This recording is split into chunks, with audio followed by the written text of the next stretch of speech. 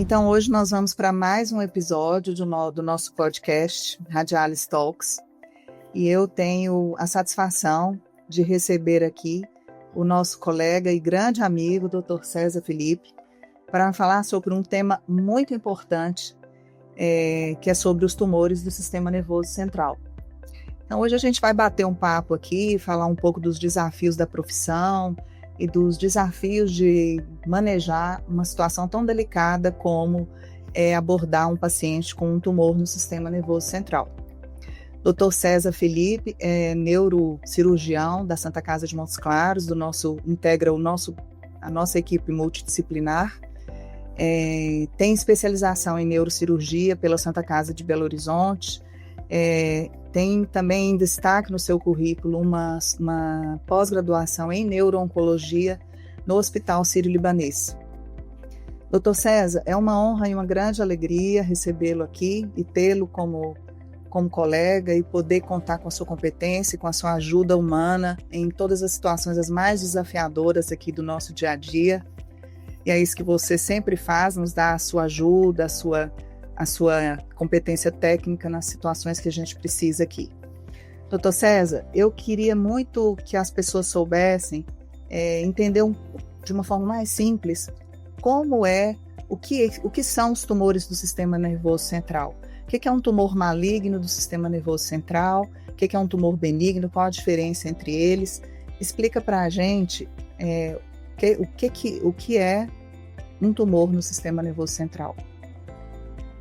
Em primeiro lugar, agradecer pela oportunidade.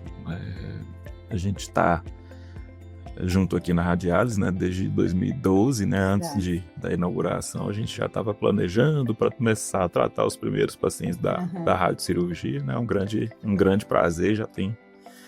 Já se foram 13, né? Verdade. Já foram bastante tempo. Os tumores cerebrais são lesões com efeito de massa, com efeito expansivo, né, que crescem no interior do crânio, seja nos envoltórios que protegem o cérebro, que são as meninges, ou seja no próprio cérebro, ou no cerebelo, ou em algumas glândulas que tem no cérebro, que são a hipófise, a pineal também. Pode ser origem de alguns desses tumores. Se eles crescem de forma muito rápida, eles são tumores mais agressivos, são malignos. Aqueles que crescem de maneira indolente, eles são considerados tumores benignos. Um tumor benigno, histologicamente, mas que cresce numa região perigosa do cérebro, numa região muito importante de uma função vital cerebral, ele pode ser considerado um tumor maligno? Sim, pelo comportamento dele. Às vezes um tumor está numa situação muito profunda. Sim. Ou numa área muito eloquente, ou próximo de alguma artéria. Às vezes ele envolve uma artéria, a carótida, levando a uma diminuição do fluxo sanguíneo cerebral. Sim. Ou comprimir o nervo importante, comprimir o tronco encefálico. César... Também os tumores benignos também podem causar sequelas, também podem causar a morte dos pacientes. Quais são os tumores mais frequentes do adulto? Os tumores mais frequentes, nós temos tumores primários do encéfalo, temos os tumores secundários, que são as metástases cerebrais. Bem lembrado. As metástases são lesões de outros órgãos, lesões malignas de outros órgãos que vêm para o cérebro. Elas são as lesões mais comuns. São cerca de 10 até 20 vezes mais comuns do que os tumores originários do próprio cérebro. Já os tumores primários, dentre eles, o mais comum é o meningioma. São cerca de 40% de todos os tumores do... É o tumor da meninge, né? Do envoltório do cérebro. Em segundo lugar, nós temos os gliomas, de uma forma geral, sendo que dentre eles o mais comum é o glioblastoma. Sim. E após os gliomas, vem os tumores da glândula hipofisária. E um paciente com tumor no sistema nervoso central, o que a gente espera perceber de sintoma no quadro clínico desse paciente? Essa é que é a questão. O encéfalo, o cérebro, ele tem funções muito variadas, vitais. Então, ele pode ter desde crises epilépticas, pode ter alteração do equilíbrio, se a lesão... Dor de cabeça. Dor de cabeça. A dor de cabeça é o sintoma mais comum, depois vem as crises epilépticas, as alterações da visão, alterações do equilíbrio. Vai depender da localização dentro do cérebro, ou dentro do cerebelo. Aí vai ter aquela manifestação. Alterações visuais são comuns. A gente percebe que a gente também atende muito criança aqui, a faixa etária pediátrica, que parece que os tumores da criança são um grupo diferente de doenças. É muito comum eles aparecerem com sintomas como vômito, náusea, surgimento de dor de cabeça forte, sensação de pressão na cabeça. O que diferencia um tumor? O que o pai e a mãe, o que os pais precisam saber para identificar o risco de um tumor numa criança? Um tumor no sistema nervoso central. As dores de cabeça na criança não são sintomas comuns. Uma criança queixando de dor de cabeça já deve alertar os pais. Alterações de equilíbrio são comuns. Sim. Alteração de coordenação, crises epilépticas. Toda crise epiléptica deve ser bem investigada com ressonância, com exame de eletroencefalograma. Mas toda crise epiléptica, seja adulto, seja criança, o paciente deve passar por uma ressonância. Ótima essa informação, porque muitas vezes as pessoas podem achar que se uma criança com febre teve uma convulsão, isso é da febre.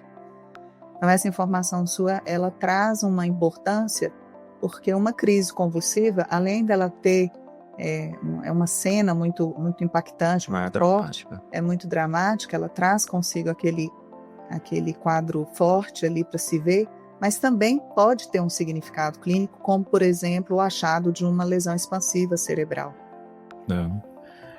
Outra alteração que pode acontecer nas crianças pequenas e que elas mesmas não vão queixar é a alteração de visão. Sim. Que as crianças, como você tem o outro olho, sim, compensa.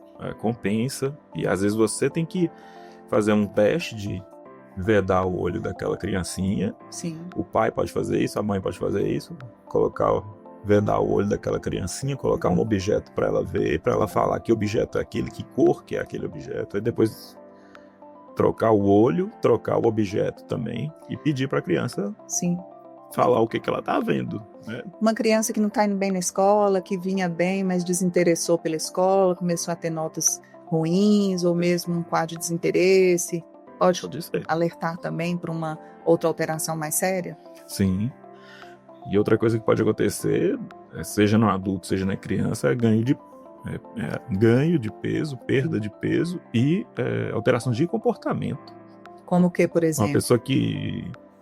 Uma pessoa que fala muito, que conta piada, de repente ele fica de mau humor, brigando com todo mundo e nunca conversa com ninguém. E o contrário, aquela pessoa que já tem um temperamento mais reservado e de repente começa a contar piada sem graça, começa a fazer brincadeiras de mau gosto e tudo mais. Perde a censura. Sim. Ou perde o pudor, até do próprio corpo, né? Sim. Então, pessoal, são sinais de alerta que às vezes a gente convive com o surgimento de alguns sintomas, mas não coloca tanta importância, a devida importância num sintoma. Você diria que ao perceber sintomas como esse, o tempo vai fazer diferença no tratamento desse paciente? Bastante diferença. Quanto mais precoce for o diagnóstico e o tratamento, maior a chance de cura, em boa parte dos casos, e de um bom resultado, de uma boa resposta naqueles casos em que não é possível a cura. Sim. O paciente vai ter uma sobrevida, uma qualidade de vida muito melhor. Se o diagnóstico for precoce. O tratamento de tumores do sistema nervoso central é sempre cirúrgico? Assim, em alguns casos existem pequenas lesões que podem ser acompanhadas com ressonâncias seriadas. Existe até um exemplo, por exemplo, um tipo específico de tumor da glândula hipofisária, cujo tratamento é medicamentoso, né, que é o prolactinoma. Sim. Nem sempre vai ser cirúrgico. A decisão existem guidelines, existem protocolos, né, de indicação, e existem uma coisa que surgiu mais recentemente, que já é feito aqui no grupo daqui da Radialis, que é o Tumor Board, né, que são grupos de radio-oncologistas, oncologistas, e neurocirurgiões, imaginologistas, Sim. patologistas. Qual que é a importância dessa abordagem multidisciplinar, do seu ponto de vista? Por que ela é melhor? Assim, ela individualiza muito o tratamento, ela dá mais opções para o paciente, né? E ela, assim, sempre vai ser no sentido de oferecer o melhor para cada paciente, para aquele paciente. O que nem tudo está escrito nos livros, nem tudo está escrito nos protocolos. São os desafios, né, do entendimento da doença, do que vai individualização de cada paciente. É a vontade do paciente. Sim, a expectativa dele sobre o que pode, o que ele aceita como tratamento. O que ele está disposto, o que não está disposto. Sim. César, você participou da fundação da radiocirurgia, do início da radiocirurgia aqui na Radialis. Na sua opinião, qual que é a importância de um tratamento, de uma opção de tratamento não cirúrgico para os tumores do sistema nervoso central? O que representa a radiocirurgia nesse contexto dos tumores intracranianos? Assim, foi um grande ganho para os pacientes. Quando bem indicados, eles tiveram um benefício muito grande. O tratamento é feito em um modelo que o paciente não precisa ficar internado. O paciente vai para casa no mesmo dia e vai ficar com sua família naquele dia que ele fez o tratamento, né? Ele está acordado, né? Ele recebe a anestesia local. E há o resultado, há o benefício para o paciente, né? O paciente não precisa passar por um procedimento cirúrgico, ficar em CTI, tomar anestesia geral. Isso sem perda do benefício, né? Sem perda. A radiocirurgia consegue uma precisão e consegue oferecer o controle em casos em que a cirurgia não é possível, a cirurgia aberta convencional não é possível? Qual que é a estratégia? Por que radiocirurgia e não cirurgia aberta? Isso depende bastante do tamanho das lesões e da localização das lesões. Algumas lesões não são acessíveis à cirurgia. A morbidade, o risco de complicações da cirurgia seria muito sequela teria maior, se não fosse a radiocirurgia. Sim. Então há pontos que a mão humana não vai chegar. Porque os princípios da neurocirurgia dentro da oncologia são 3 princípios fundamentais, que é a acessibilidade, ressecabilidade e a qualidade de vida. Quando há conflito entre um desses princípios, deve-se prezar pela qualidade de vida, que é o mais importante. Né? Sim. Assim, há ainda situações, há ainda estruturas que não é possível acessar sem causar dano. Sim. O dano é maior do que o benefício. Aí a radiocirurgia, nesses casos, tem grande vantagem. Quando isso não é possível, você fala isso para o paciente, você fala isso para a família do paciente, como você se sente, como é isso? Falar para o paciente que ele tem uma doença, que nesse momento existe um risco muito grande de ser operado e que, como você entrega essa doença, o que isso impacta para você? Assim, é um grande passo, uma grande evolução na medicina, né? Um benefício muito grande para o paciente. Ele chega, como chegam os pacientes da neuro-oncologia de maneira geral, da oncologia de maneira geral. Chegam com medo. Com medo. Eu pergunto isso, César, porque até hoje, aos 20 alguns anos de carreira, eu não consigo separar bem essa parte técnica específica, essa linha tênue entre a ciência e o acolhimento que eu tento fazer do paciente, porque você está entregando uma notícia muito pesada. Então, assim, eu acabo sentindo em mim a necessidade muito grande de espiritualidade, de aconchego, de estar ali e falar, olha, sua situação ela é difícil, mas nós vamos juntos aqui buscar uma alternativa para você. Então, eu vejo isso como um das momentos mais difíceis e mais delicados da profissão. Eu queria que você falasse um pouquinho sobre isso, como você enxerga, você acredita que você precisa da espiritualidade na sua vida? Como você enxerga isso na sua caminhada profissional? É fundamental. você tem que oferecer para ele opções de tratamento, não só do ponto de vista técnico, mas você tem que convencê-lo de que há esperança, de que há expectativa, de que há benefício naquele tratamento que você está oferecendo. Uhum. Tanto para ele, que existe uma diferença de quando eu comecei com relação a hoje, que eu também tenho 20 de medicina, são 23 anos. Aí, antes, era feita aquela conspiração do silêncio. O paciente mesmo, ele não recebia todas as informações. E hoje ele está muito bem informado. E é importante que seja assim. E as informações, às vezes, confundem mais do que orientam. Ele chega confuso, ele chega preocupado, ele chega frágil. Aí, nesse momento é que a gente tem que agir. Sim. E mostrar firmeza, clareza. Tem que ser aquele porto seguro que ele está buscando, né? Já que ele tem um problema grave, que ele tenha em quem confiar. Oferecer a mão mesmo e guiá-lo. César, assim, você acha que a ciência e a fé, elas podem caminhar juntas, ou o médico ele tem que chegar e entregar uma informação científica, técnica? Eu pergunto isso porque você é um cara que tem um coração gigante e você lida com a vida e a morte o tempo todo ali. Você atende pacientes com risco de morte. Qual o seu ponto de vista sobre a fé num momento como esse? Assim, essa pergunta não é por acaso. Tanto é que existe uma frase, um pensamento bastante antigo, que é do Santo Anselmo, que ele fala, ele diz assim: fides, querens, intelecto, que é a fé em busca da razão.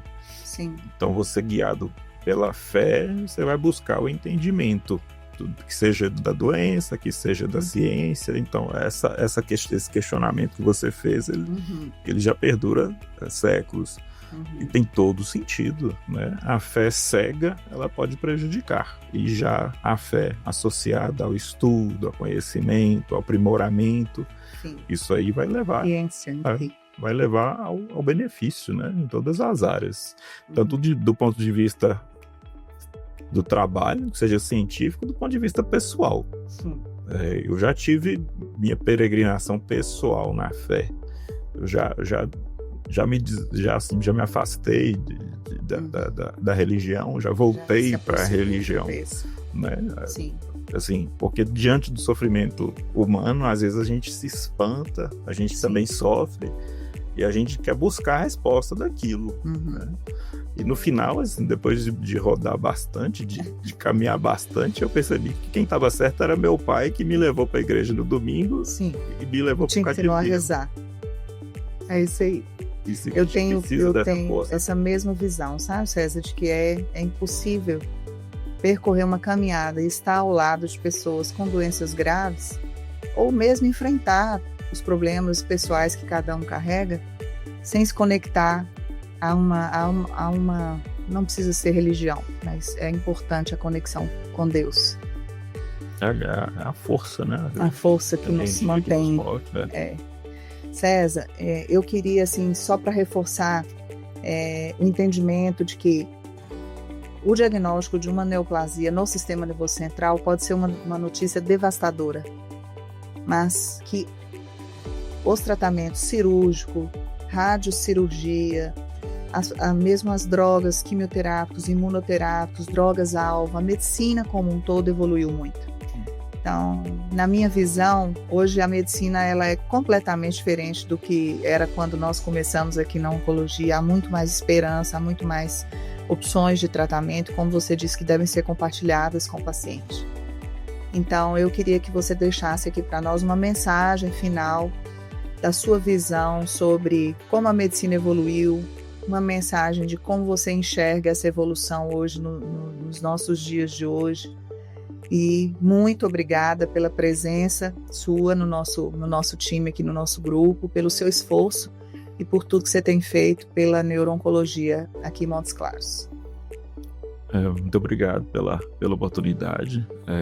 A mensagem que eu gostaria de deixar é que, assim, aqui em Montes Claros nós temos acesso ao que tem de melhor, ao que tem de tecnologia, de aprimoramento, das equipes da assistência, né? É inegável o progresso que aconteceu. Se você visita outras cidades do mesmo porte, às vezes não tem a mesma qualidade. Então a gente, graças a Deus, né, tem como eu digo assim, o que nos motiva, né? Eu tenho meus motivos pessoais de ter escolhido a neurocirurgia, de ter escolhido a neuro-oncologia, e tem as circunstâncias, né? Que é o hospital que me deu essa oportunidade. O hospital investe em novos equipamentos, né? Em tecnologia. As cirurgias são muito mais modernas. Nós já fazemos cirurgia com o paciente acordado na área eloquente desde 2016, né? A radiocirurgia, a radioterapia, que antes tinha margens maiores, hoje as margens são submilimétricas, né? As drogas a que temos acesso tem menos efeitos colaterais e tem um melhor resultado, melhor sobrevida. Sim, então, eu sempre falo, quando sou questionada assim, em eventos, fora de Montes Claros, como a estrutura de neuro-oncologia em Montes Claros ela é sólida, né? Talvez seja uma das áreas que a gente tem mais confiança de dizer isso, de assumir que o paciente está muito bem assistido na linha de cuidado aqui da neuro-oncologia. Agradecer mais uma vez tanto a você que, como eu dizia, a circunstância também me trouxe até aqui. Agradeço a você pela oportunidade de fazer parte desse grupo, a equipe da oncologia também que me recebeu muito bem, através da doutora Sabrina, e foi muito receptiva nessa questão. E graças a Deus a gente tem conseguido dar e as equipes vão crescendo, né, na neuro-oncologia. Nós temos mais colegas que chegaram depois, né? Já tinha vários colegas e tem mais o Dr. Márcio já fazia. Agora todo um time, um legado. O Dr. Bruno, o Dr. André que chegaram. Outras pessoas, né, que construíram antes da gente. A demanda aumenta, a responsabilidade aumenta. Verdade. Bom, pessoal, é isso aí. Então a gente está encerrando aqui mais uma conversa muito rica, muito interessante com o Dr. César sobre os tumores do sistema nervoso central. Acompanhem aí nas nossas redes sociais. A gente vai divulgar isso tudo no YouTube e nas outras redes. E aguardem nosso próximo episódio.